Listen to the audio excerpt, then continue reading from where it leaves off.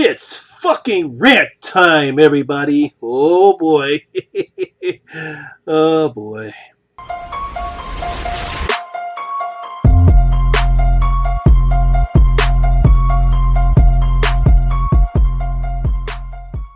Hey, horror fans. Once again, it is me, the Horror Miser Monty G. It's time to do another movie review, and this time we review Brahms The Boy 2. Oh boy. Now, Brahms The Boy 2 is a 2020 supernatural horror film that was directed by William Brent Bell and written by Stacey Meara. And I believe they're the same two people who did The Boy.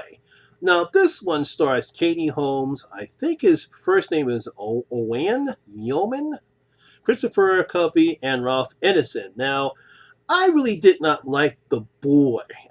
Some people did. I really didn't like it. I kind of thought it was boring. Lauren Cohen did a pretty good job, and there were some elements that I liked in this particular film. And I was quite surprised that they actually decided to make a sequel for this one, too. So I wonder, will they make any improvements or not? So here's what I have to say about Brahms The Boy 2. Now, after our family moves into the Hillshire mansion, their young son soon makes friends with the lifelike dog called Bronze, and insanity ensures. Oh boy, and I do mean insanity. Now, no one should be surprised that Lakeshore Entertainment, who produced The Boy, would greenlight a sequel. I mean, the movie did make $65 million worldwide on a $10 million budget, so they did make back their money. And some people actually did enjoy The Boy. However, as much as I didn't like the first one, this sequel is about the worst, and I do mean worst, horror movie I've seen since Slender Man. That's right, it's time to rant the shit out of this movie, because this movie sucks, and I do mean sucks big time. Now, what do I mean by sucks? Well, put it simply, this is a very bad story. We got bland acting. There is no tension, no suspense. There's no tone to this picture at all. There's no character development. I mean, everything about this one is just plain terrible. And I mean terrible. God, why did they even make this movie? Now, taking place in London, and after a home invasion would leave Liza with a head injury and traumatizes their son Jude to the point where he no longer speaks, she and her husband's son Sean decide to leave London to a countryside garden house, which is next to the Hillshire mansion from the first movie. We all remember that mansion. Now, their son June finds a porcelain doll named Bronze buried behind the mansion not long before the boy becomes obsessed with it. And I do mean obsessed. And that's when all the crazy shit happens, but it's not really crazy shit. It's just plain shit. Oh, where do I begin? What's wrong with this movie? Because there are many problems, and the first problem is the story itself. Now, I don't have a problem with standalone sequels because sometimes they could be better than the first one. Case in point, Hello, Mary Lou Prom Night 2. It's just as good as the original one. It has nothing to do with the original one, but it was a great story in itself. Unfortunately, that's not the case with this one. It's just plain terrible. I'm going to keep saying that all throughout this review too.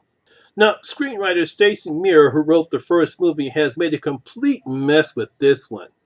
Now, for some reason, he decides to add a supernatural element when it comes to the doll, removing all aspects that we learned about Bronze for the first movie. We know that we find out. Now, if you haven't seen the first one, I'm going to spoil some of the elements of the first one, so you haven't seen it.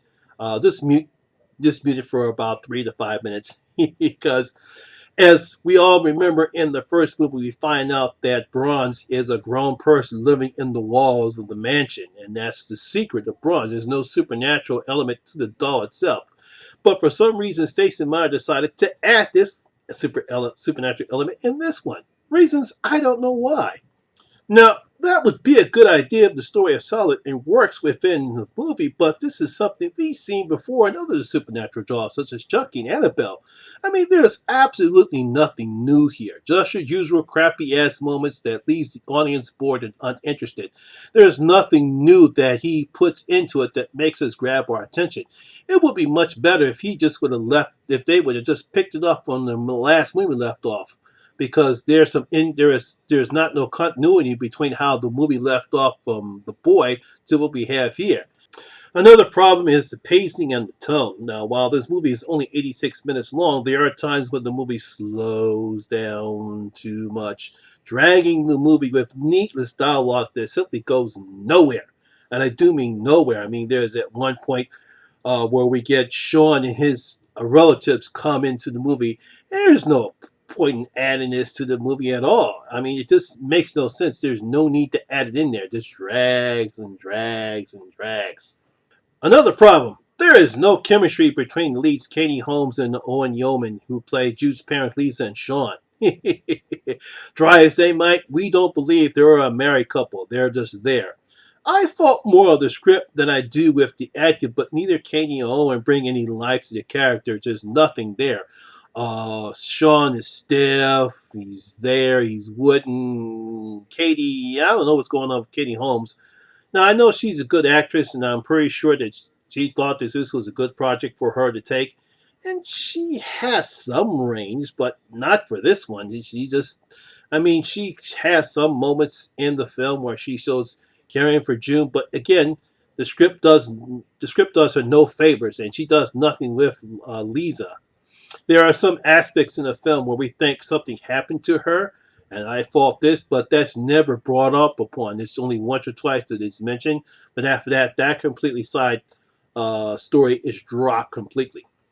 Now, while Christopher Coven, who plays Jude, he's cute. He's a nice, cute kid. He unfortunately doesn't do anything at all for Jude. He spends like half the time looking at the camera, writing down and drawing on his book, and dressing like Brahms. I mean, he doesn't display any emotions or real own emotions or does anything for the audience to make him care what happens to him. He's just as stiff and one less like everyone else in this picture. Now, for some reason, they decided to add this side character, Joseph, played by Ralph Innes. Remember him from The Witch? Now, he again, I don't know what his purpose is there. He does nothing. He just there, he talks, he glares at Jude for a minute. Obviously, he knows something about bronze, which I'm pretty sure if you actually seen the picture, we know what we're talking about. But he provides no depth. Again, another wasted character because of the bad script. Now, I understand and support the filmmaking business. Don't get me wrong. I know it takes a lot for a film to get made, from writing the script, dealing with movie executives and their constant interfering, the directors trying to make sure that they get everything done on time, the financing that it takes to get a movie done, dealing with actors and their egos, and then trying to get the film distributed. Now, I really do and respect the filmmaking business. I know and I expect their craft, and I expect everyone from behind the scenes that put their sweat and tears into getting a movie made. Now, what I don't like is when indie filmmakers who have to struggle to get their films made, a movie like this one comes out, it doesn't seem fair. Case in point, VFW was an indie film, and while it's not be the big budgeted film, that's a way better film than this piece of shit. I mean, this movie is a complete mess with an incoherent script, flat acting, lousy pacing, and the third act is so terrible, I can't even describe it. It was just plain awful. I mean, plain awful.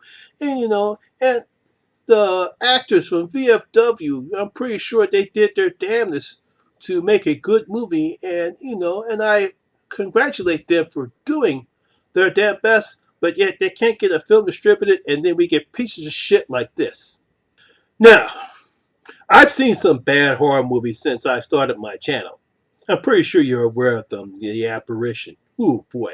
The fucking Bye-Bye Man, that green shit on the walls.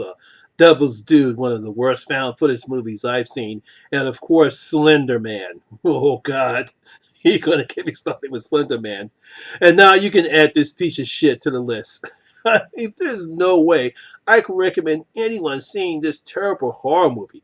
I mean, I decided to go see this film. As much as I know, I think Lee McCoy from Drum Dums, I think he ripped the crap out of this picture.